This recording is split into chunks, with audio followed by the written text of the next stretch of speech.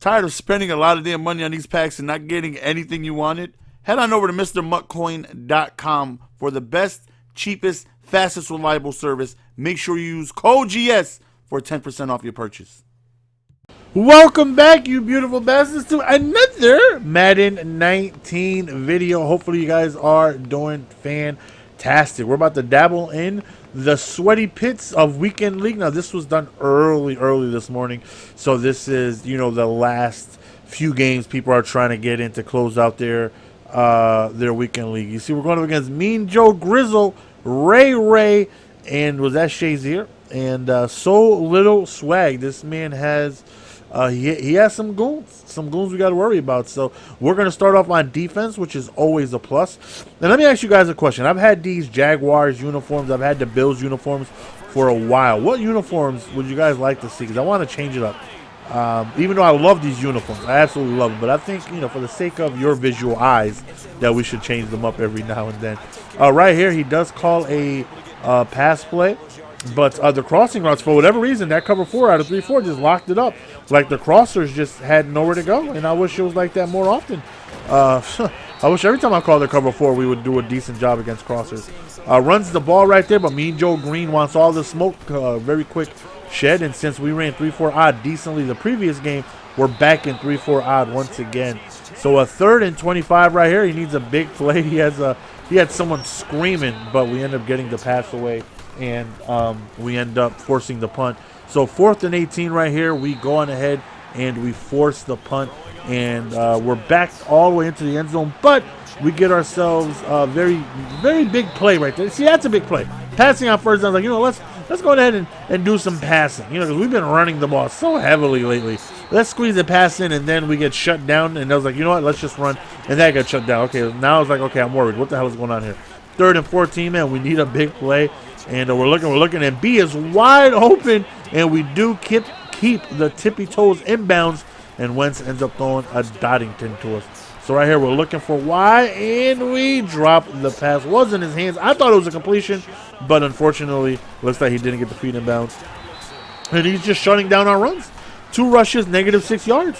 He's just shutting down our runs. And right here, we are in field goal range. We're like, you know what? We're going to go for it because I feel confident. And we hit him with the house. And right there, you see the block shed right there by Henry. Not block shed, big pancake. And then he goes to the second level, and he picks up another block. So Hunter Henry Hunter Henry is worth all the coins. If you run the ball and you do not have powered up Hunter Henry with zone blocking all the way, I don't know what you're doing with your life, because his run blocking at 90 and his strength is so good. It is so good. So 1st and 10 right here, we end up selling again. Le Duel-edge, and you want to talk about luck. I'll take it.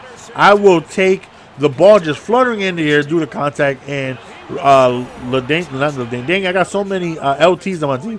And Lawrence Taylor just dropping it like a sweet bag of cocaine that just dropped it. You know how he does it. Listen, man, he dabbled back in the day. He might have done a few lines back in his day. You understand what I'm saying? But we'll take that. That right there is complete luck. Shouldn't have happened to him, but hey, better him than me, right? So he runs the ball right here, and then he's running the ball a little too consistently. We're in 3-4 odd, and then he just starts running. And then it's like, all right, we got you. We're gonna run commit, and then we do, and then he passes the ball. The timing of that, but that's how it should be. You see how, like, if I run commit and I'm wrong, I should be able to give up a big pass. But on the flip side, if I run commit and I'm right, he should not gain a single yard. He shouldn't get anything, because it's such a high risk, high reward kind of thing, and it just sucks when you run commit, you still give up 4 yards on the ground. But nonetheless, he ends up scoring. We're not too worried about it. I believe we get the ball at the half, so all we got to do is just sneak into field goal range, go up 2 possessions, get ball back, and we'll be good. So right there, I thought we were going to pick up the block on the outside, but unfortunately we do not. So Carson Wentz right here is just backing up, and my man LT is just wide open. And I'm going ahead and pass it to my man. So again, we're passing more of this game than usual, just because, oh my goodness, I knew it as soon as I got smoked right there that I should have went with the possession catch. Right here, Carson Wentz, we will go ahead and take off. Once again, 86 speed. You may not think Wentz got great speed like that, but with sprinter and all that stuff, he has terrific speed. We're going to take off again, and we're just going to pick up the first down and go out of bounds right here. So again, big toss work, and we're not doing too well on the ground, You know, we're doing decent, but we're not doing, you know, very, very, very good. Right there, beautiful spin move by LT. I just got all the moves at my disposal. Whether I want to spin, juke, stiff arm, he can do everything. We hit the outside with LT, and we get stopped at the 11-yard line. He's calling timeouts. He wants to try and get this ball back. Very, very understandable. He saves his last timeout, but we're going to go ahead, just run the ball for our very last play. Unfortunately, we don't get a first down right there, but we're going to go ahead and settle for a field goal. So we go up 2 possessions and we get ball back, and this right here is a very, very, very important situation. I want to put myself in every Madden game. I want to go up 2 possessions.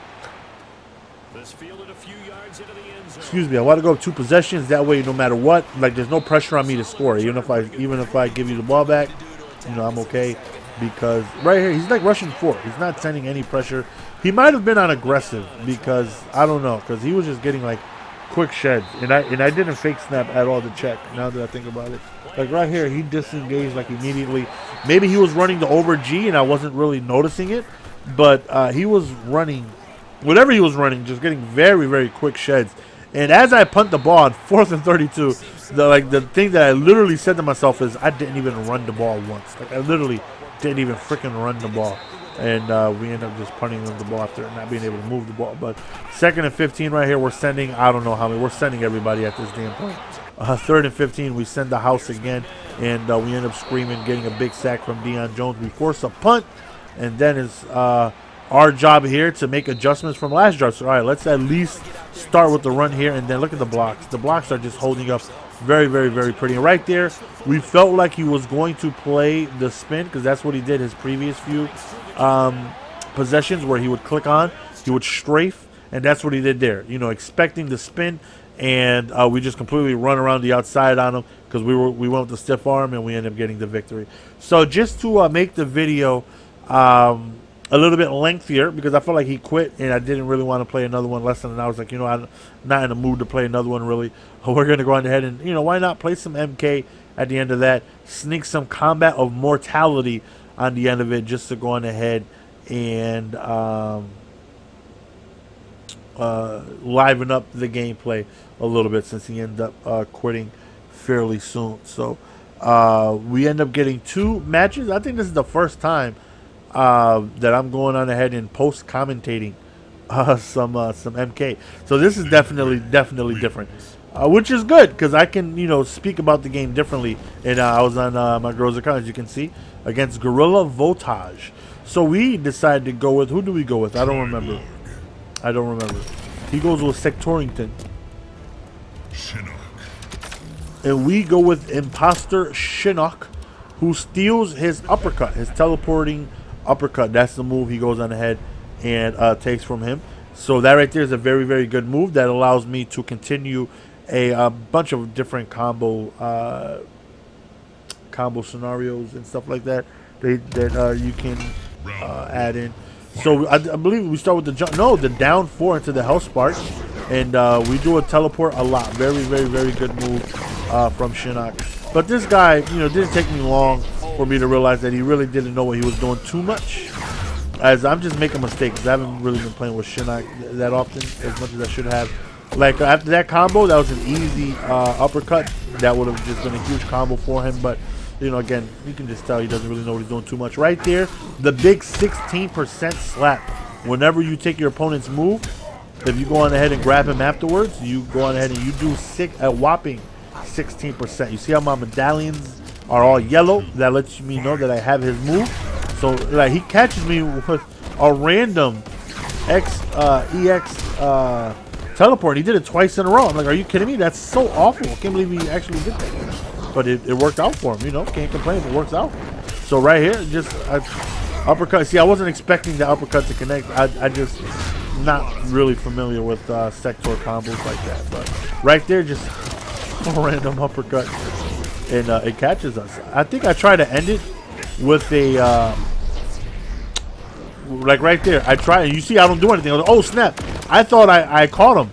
I thought I caught him with the X-ray, but I did not. Look how close he is to winning. I was shook. He's about to win. But we end up winning, and of course we got a bag. You know, we got to hit the bags because you know all the kids were in the room, and you know I had to go on ahead and you know, make myself look good. So I go on ahead and hit him with the bags of all bags, the Chinook bags, the fastest bags in the West. So we got one more MK matchup coming for you guys. And we go with Sector ourselves. And our opponent goes with the Thunder Goddington of Raiden. I believe you're going to hear my alarm go off in 1 second. Because as I'm recording this, it's 3:10 p.m. And 3:10, my alarm goes off. That way I go on ahead and I get my son from school. Obviously not today because it's a holiday, but, you know, still. All right, so he has Raiden, and he's a very high level. You see, he's a level 72. So I got to assume he knows what he's doing. Up there's the alarm right there. I'm not sure what's going to happen because I got to turn it off.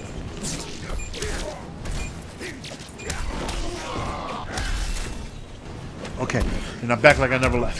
So we hit him with the forward 1-4, and then the back right there, the ES. Now we grab him, grab a little bit of a Thunder God sack right there. We throw him back in the corner.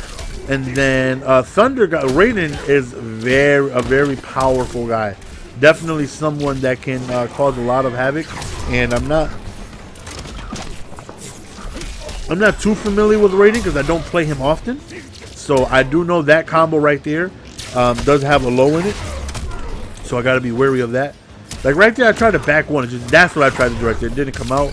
But he ends up wasting his breaker, which can be very good if he wins the round.